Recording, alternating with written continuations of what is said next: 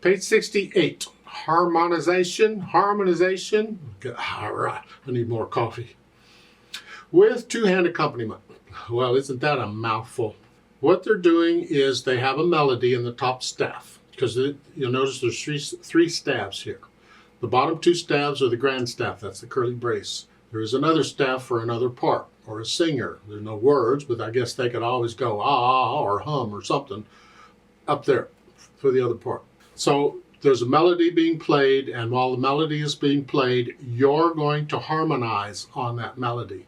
It's like a lead sheet. They give you the chords up above the staff.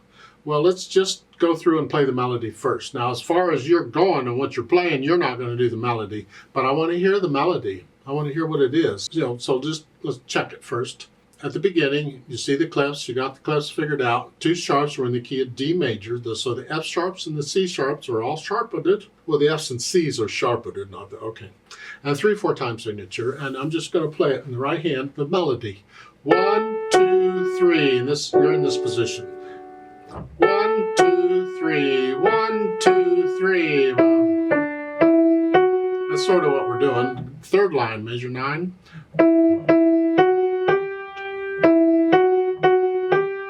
And then you're back to that. Okay, you just want to know what the melody is. Now they give us the chords up above the staff. The D chord and the A chord. And that's the only chords I see. So then I'm going to play the chords, but I'm going to do it as block chords first. I'm just going to play the chords. Here, D chord and an A chord. And I can come down and do here and keep moving around. Or up here, I don't know. I'm too lazy to move, so I'm going to take the A chord and put the A on top. I'm going to turn it over here. So I'm here. So I'm going from here to here. I'm using the same A. You can do the D chord with 4, 2, 1 that way. So I can get both of these chords without moving the left hand. That's kind of sort of what I'm after. So I'm doing the melody.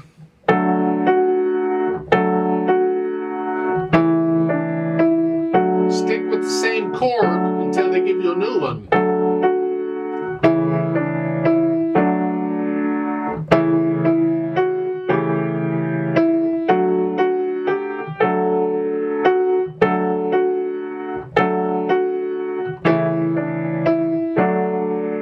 That's sort of what it is.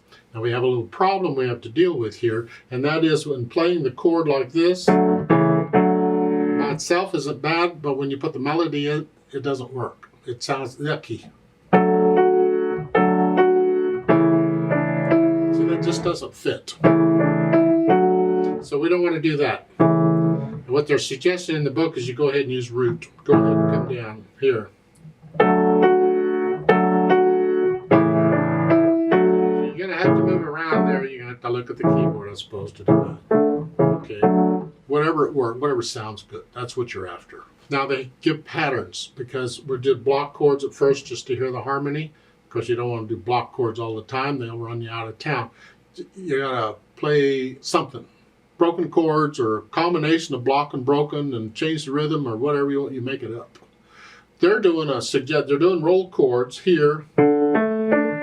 All of these notes are in a D chord. We're not using that one. We're doing that one. We could have used that one. Could have used that one. They didn't. They went here.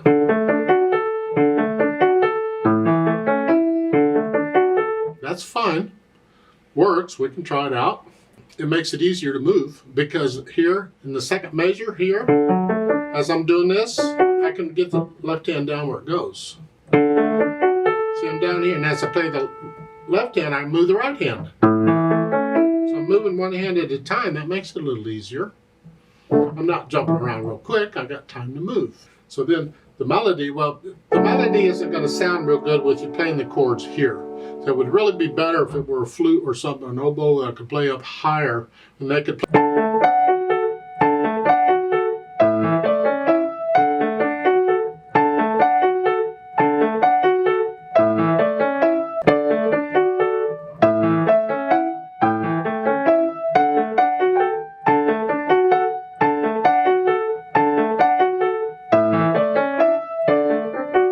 the end, they give you a different rhythm. That's fine, whatever. You don't have to play that pattern. You can play whatever. As I said, you could do them all eighth notes and do it that way.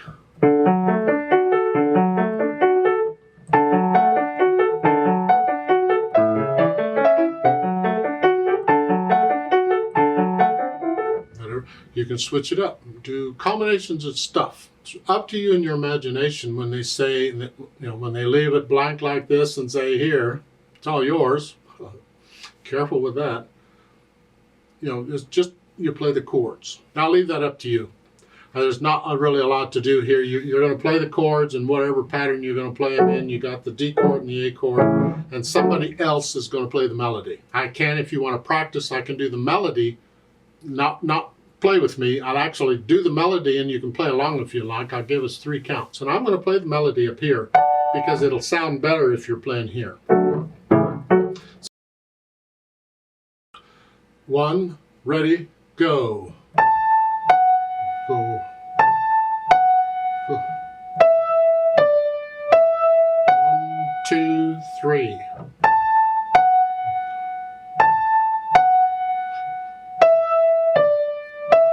1, 2, 3. 2.